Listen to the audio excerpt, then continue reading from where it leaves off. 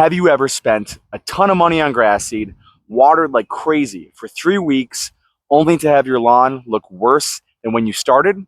Trust me, you're not alone. Every spring, people throw down seed, hoping for the best, and most of them fail even before the seed has a chance to begin. Honestly, it's not because the seed was bad. It's because they missed a few crucial steps that destroyed the whole process. So today, we're going to focus on why your spring seeding is failing and how to fix it.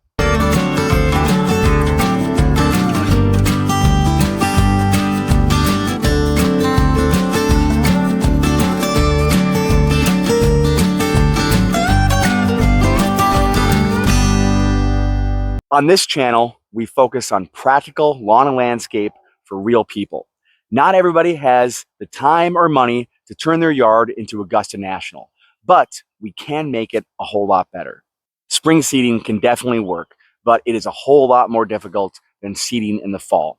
This is because the weather fluctuates, weeds are exploding right now, and people accidentally create bad growing conditions for their grass seed without even knowing it. Here's probably the main reason why your spring seeding is failing: bad seed to soil contact. There's a lot of people out there that will just throw grass seed down on the dirt and hope for the best, but this will definitely not work. Grass seed is not a super soldier. It's small and tiny and needs help to break through the soil and start to grow. If you just lay it out on the hard soil, it's going to dry out and never grow for you. First off, you want to make sure that if your soil is compacted, you want to break up that hard soil. You can accomplish this with either a shovel, a hard rake, or if you've got a large area that you're trying to seed, I would recommend doing an aeration before you attempt to grow any grass seed. The first thing you want to do, if you still got dead grass in the spots that you're seeding, is remove that dead grass. Then break up the soil that's there, and for best results, add a little bit new fresh topsoil. Really, even just a little bit of quality new topsoil will drastically improve your results when you're trying to grow grass seed. If you don't have new topsoil, then just make sure that you loosen up the existing soil very, very well. And when you apply your seed, mix in that grass seed with the soil. If your lawn is as hard as concrete, don't just throw that seed down. Make sure you loosen up that current soil, and better yet, add some new high quality topsoil to the areas that you're trying to seed. Always remember, seed and soil's love language is touch. They have to be making good contact to give you the best possible results of your grass seed growing well. Next up, a lot of people out there will buy the wrong seed for the areas they're trying to grow grass in, or they're purchasing the wrong product. Not their fault. There's a lot of stuff out there in the big box stores that look like they're high quality products. They've got everything you might need in them, but in actuality, they're not going to give you the best bang for your buck when you're trying to grow grass seed. I know it's tempting to go out there and buy the cheapest blend you can find, or buy one of those combo bags that seem to have everything you need in them: fertilizer, mulch, seed. But in most case scenarios, what you're actually paying for is just a bunch of filler and poor fertilizer, and there's not much seed in those bags. So, first rule of thumb when you're buying grass seed, always read the label. If you're going to buy a 10, 25, 50 pound of grass seed, make sure that almost all the weight in that bag is actual grass seed. This is going to be more expensive up front, but you're getting the biggest bang for your buck when you're buying grass seed. Those combo products, if you look at the actual label of a 25 pound bag of grass seed, what you're actually getting is only probably about 3 to 5 pounds of actual grass seed. Make sure that you understand the label. Look at the weed content. You want this number to be as low as possible. Make sure you're looking at the germination rates. Those percentages also should be as high as possible.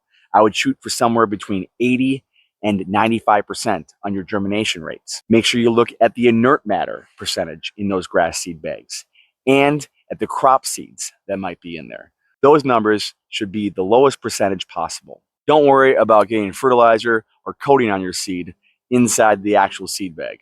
You can always add that later, and that's a better way of going about it anyways, because you can get better quality fertilizer and better quality water retention products to give your grass seed the best possible chance of growing in the springtime.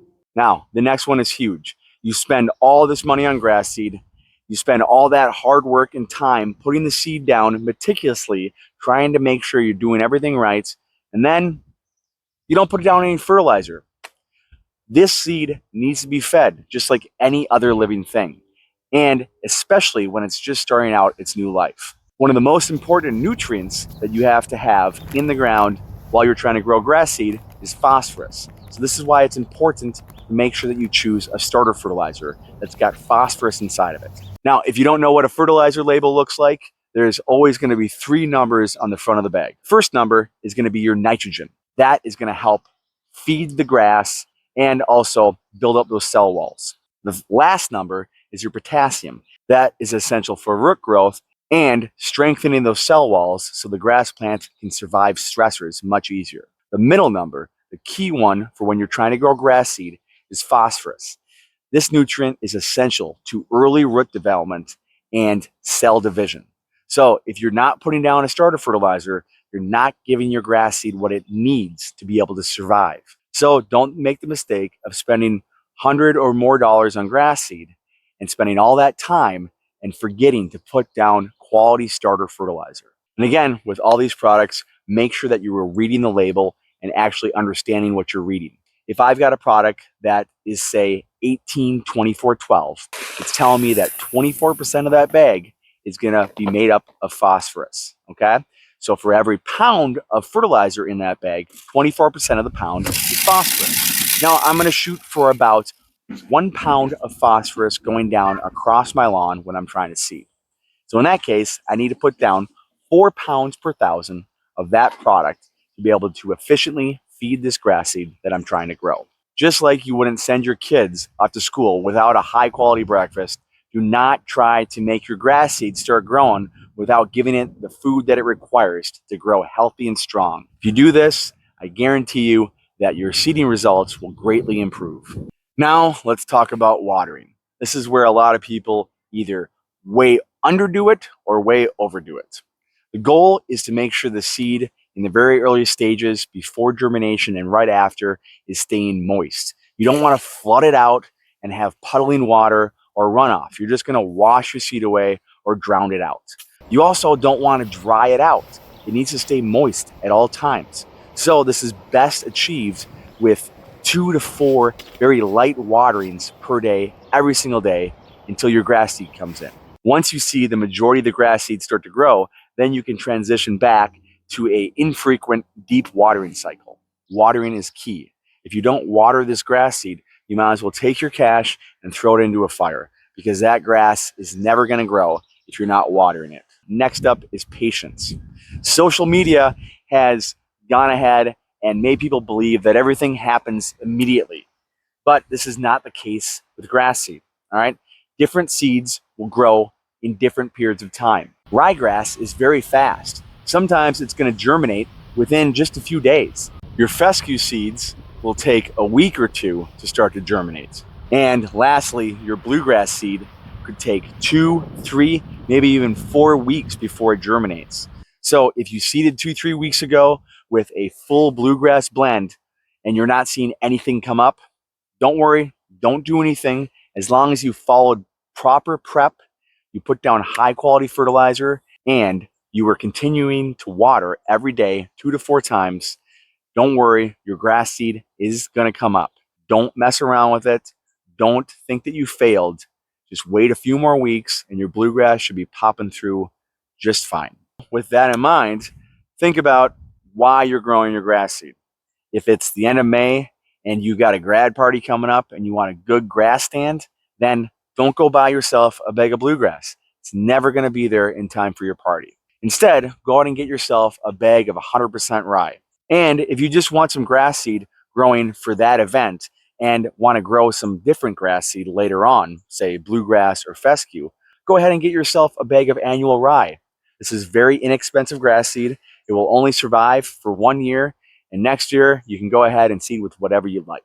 Make sure that you're choosing the correct seed for the correct area that you're trying to seed.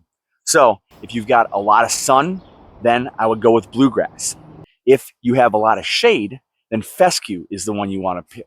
And if you got kids, dogs, and traffic is a problem, then fescue is a great grass to stand up to a lot of traffic. Now, onto the pro tips that almost no one talks about. First off, if you want to speed up germination and increase the amount of germination that you're going to experience with the grass seed you're putting down, then there's a lot of products out there that will help you do this. You want to focus on products that have biochar, humic, or fulvic acid in them.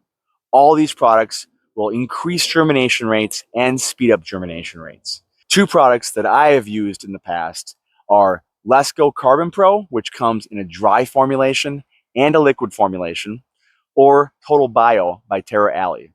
Both of these products have humic acid in them.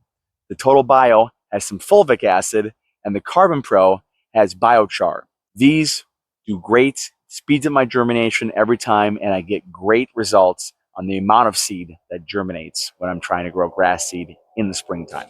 But any product at your local store that you like to go to that has biochar, humic acid, or fulvic acid is great to put down along with your starter fertilizer to speed up your germination rates and increase the amount of grass seed that's going to germinate. If you're having trouble keeping your seed moist or just can't water all the time because you don't have irrigation and you have to work like all of us do and can't be home to turn on a hose every single day, then a product that can greatly help you out is any kind of humectant. What these products do is either they hold moisture down at the root level where you need it, or they pull moisture out of the atmosphere and put it down in the root level. Some of the products do both of these things at the same time. One great product that I've used in the past is Lesco Moisture Manager. Again, this comes either in a dry formulation or a liquid formulation. Humectants are a great way to avoid having to water all the time and still keep your seed moist. I would highly recommend it. The last pro tip, as I mentioned before, spring seeding is very difficult because there's a ton of weeds trying to germinate all at the same time. So if you got a lot of bare ground that you're trying to seed that's getting beat by sun, it's going to be really hard to get that grass to come in nice and thick before those weeds try to take over. One great product out there that will help keep a large portion of those weeds away while giving your grass seed time to grow is mesotrione. The trade name product for this is Tenacity. You can also find generics out there. This product can be found as a liquid formulation, or it is inside a lot of starter ferts out there.